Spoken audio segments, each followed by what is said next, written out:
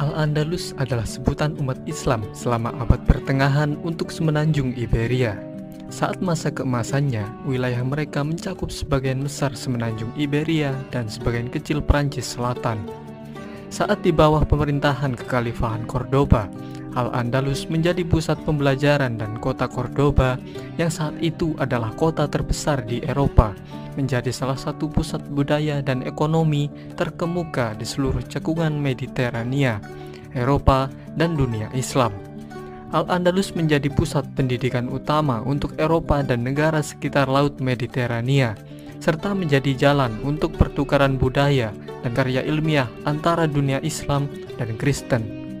Dan berikut ini adalah sejarah Al-Andalus selengkapnya.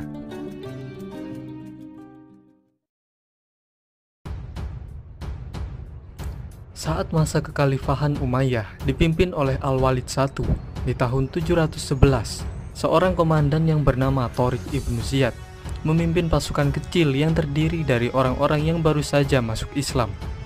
Mereka mendarat di semenanjung Iberia, kemudian berkemah di kaki gunung yang selanjutnya dinamai menurut namanya, Jabal Tariq atau Gibraltar.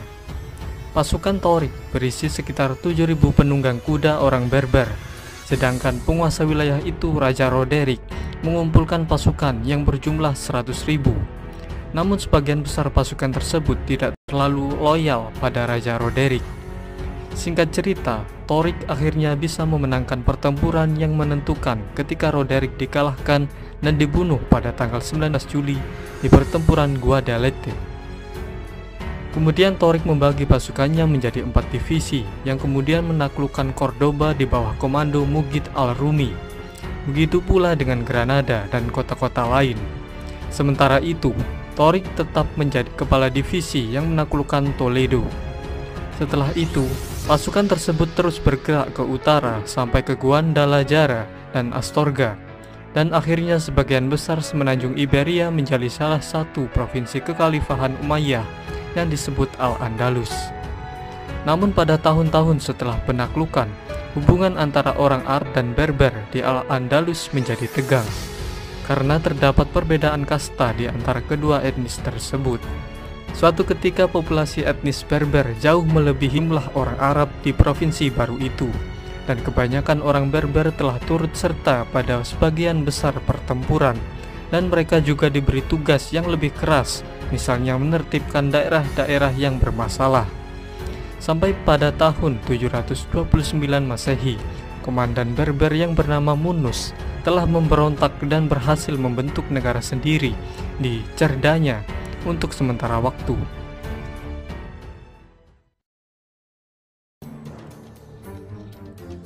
Saat kekhalifahan Umayyah terganggu oleh tantangan kekhalifahan Abbasiyah di timur, provinsi-provinsi mereka di Afrika Utara dan Al-Andalus tidak bisa mereka kendalikan.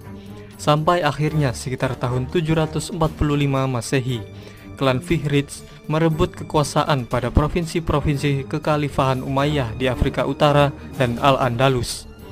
Kemudian kekuasaan wilayah tersebut dibagi dua oleh klan Fihriz, Abdul Ar-Rahman ibnu Habib al-Fihri di Ifriqiya dan Yusuf al-Fihri di Al-Andalus.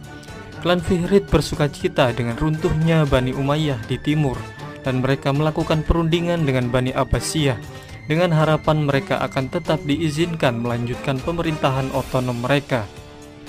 Tapi Bani Abbasiyah menolak tawaran itu dan menuntut penyerahan wilayah. Karena tidak terima, kemudian klan Fihriz menyatakan kemerdekaannya dan mengundang sisa-sisa Bani Umayyah yang terguling untuk mengungsi di wilayah kekuasaan mereka. Tapi sekelompok orang yang kecewa dengan kepemimpinan klan Fihriz berkonspirasi dengan keturunan Bani Umayyah yang mengungsi untuk memberontak. Lalu di tahun 756 Masehi, pangeran dari Bani Umayyah yang bernama Abdul Ar-Rahman I menggulingkan Yusuf al-Fihri dan menyatakan dirinya sebagai emir dari Cordoba. Kemudian 1,5 abad berikutnya, keturunannya yang bernama Abdul Ar-Rahman III tidak hanya dengan cepat memulihkan kekuatan Umayyah di seluruh Andalusia, tetapi ia juga sanggup memperluasnya ke Afrika Utara bagian barat. Pada tahun 929, ia menyatakan dirinya sebagai khalifah dan mengangkat status Daratan Al-Andalus dari emirat menjadi sebuah kekhalifahan, yaitu kekhalifahan Cordoba.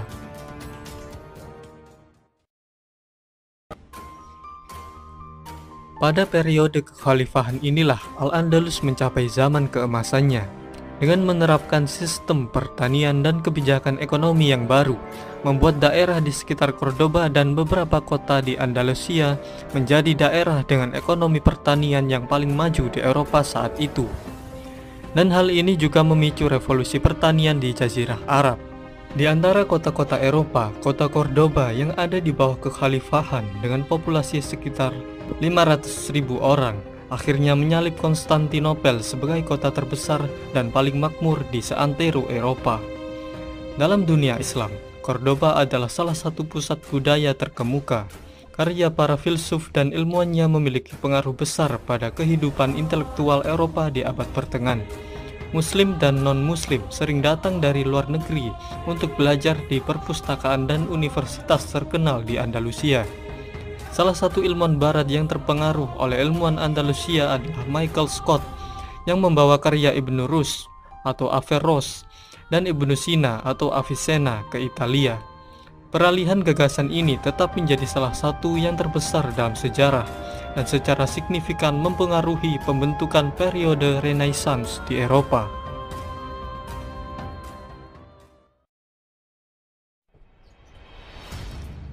Memang kejayaan tidak akan bertahan untuk selamanya. Kini tibalah saat kekhalifahan Cordoba runtuh ketika terjadi perang sipil antara tahun 1009 dan 1013. Pada tahun yang sulit itu, kekhalifahan Cordoba diinvasi bangsa Berber, sehingga Cordoba menjadi pecah. Mereka juga membantai penduduknya, menjarah kota, dan membakar kompleks istana. Dan di tahun 1031, Al-Andalus pecah menjadi sejumlah negara-negara kecil dan negara besar yang berpengaruh disebut Taifas. Setelah tahun 1031, Taifas terlalu lemah untuk mempertahankan diri dari serangan dan tuntutan upeti dari negara-negara Kristen di utara dan barat, yang dikenal oleh umat Islam sebagai bangsa Galicia. Akhirnya beberapa negara-negara pecahan kekhalifahan Cordoba itu ditaklukkan oleh bangsa Galicia, sehingga para raja Taifah yang masih merdeka mencari bantuan ke bangsa Berber di Afrika Utara, tapi mereka dicaplok juga oleh bangsa Berber. Dari pertengahan abad ke-13 hingga akhir abad ke-15, satu-satunya wilayah yang tersisa dari Al-Andalus adalah Emirat Granada yang menjadi benteng muslim terakhir di semenanjung Iberia. Emirat ini didirikan oleh Muhammad ibnu Al-Ahmar pada tahun 1230 dan diperintah oleh dinasti Nasrid, dinasti yang paling lama memerintah dalam sejarah Al-Andalus. Tapi Emirat Granada masih harus mengirim upeti kepada kerajaan Kastil. Kota Granada juga berfungsi sebagai tempat perlindungan bagi muslim yang melarikan diri selama Reconquista atau penaklukan ulang oleh kerajaan-kerajaan Kristen. Saat itu Granada menerima banyak muslim yang diusir dari daerah-daerah yang dikuasai Kristen, sehingga mereka memperbesar kota, bahkan sampai menjadi salah satu kota yang terbesar di Eropa sepanjang abad ke-15 dalam hal populasi.